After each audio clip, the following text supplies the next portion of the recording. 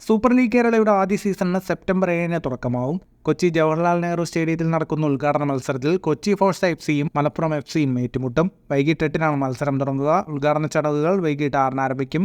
ബോളിവുഡ് സെലിബ്രിറ്റികളെയും പ്രശസ്ത ഗായകൻ ഡെബ്സിയെയും എല്ലാം ഉൾപ്പെടുത്തി ഉദ്ഘാടന ചടങ്ങ് അവസ്മരണീയമാക്കാനുള്ള ഒരുക്കത്തിലാണ് സംഘാടകർ. മന്ത്രിമാരും കായിക താരങ്ങളും ചടങ്ങിനെത്തും. കൊച്ചി, തിരുവനന്തപുരം, മഞ്ചേരി, കോഴിക്കോട് എന്നിവിടങ്ങളിലാണ് സൂപ്പർ ലീഗ് മത്സരങ്ങൾ അരങ്ങേറുക. 6 ടീമുകൾ മത്സരിക്കുന്ന ആദ്യ റൗണ്ട് പോരാട്ടങ്ങൾ കൊച്ചി, മലപ്പുറം, കോഴിക്കോട് എന്നിവിടങ്ങളിലാവും നടക്കുക. ഓരോ ടീമും തങ്ങളുടെ ഹോം ഗ്രൗണ്ടുകളിൽ 5 മത്സരങ്ങൾ വീതം കളിക്കും. തിരുവനന്തപുരം കൊമ്പൻസ് FC-യുടെ ആദ്യ ഹോം മത്സരം ചന്ദ്രശേഖരൻ നായർ സ്റ്റേഡിയത്തിൽ 2-ാം റൗണ്ട് മുതൽ ആരംഭിക്കും. മഞ്ചേരി പയ്യനാട് ജില്ലാ സ്പോർട്സ് കോംപ്ലക്സ് സ്റ്റേഡിയം മലപ്പുറം FC-യും തൃശൂർ FC-യും പങ്കിടുമ്പോൾ കണ്ണൂർ FC-യും കാലിക്കറ്റ് FC-യും കോഴിക്കോട് EMS കോർപ്പറേഷൻ സ്റ്റേഡിയവും പങ്കിടും. ഓരോ ടീമിനും 6 വിദേശ താരങ്ങളെയാണ് ഉൾപ്പെടുത്താനാവുക. എന്നാൽ പരമാവധി 4 വിദേശ താരങ്ങളെ മാത്രമേ മത്സരത്തിൽ ഇറക്കാനാവൂ. ഇന്ത്യൻ സൂപ്പർ ലീഗിലും ഐ ലീഗിലും ഉൾപ്പെടെ കളിച്ച പ്രൊഫഷണൽ ഇന്ത്യൻ താരങ്ങളും ഉയർന്നുവരുന്ന താരങ്ങളും ടീമുകളിൽ അണിനിരക്കും. 10 റൗണ്ട് പോരാട്ടങ്ങൾക്കൊടുവിൽ ലീഗ് സെമി ഫൈനലിലേക്ക് കടക്കും.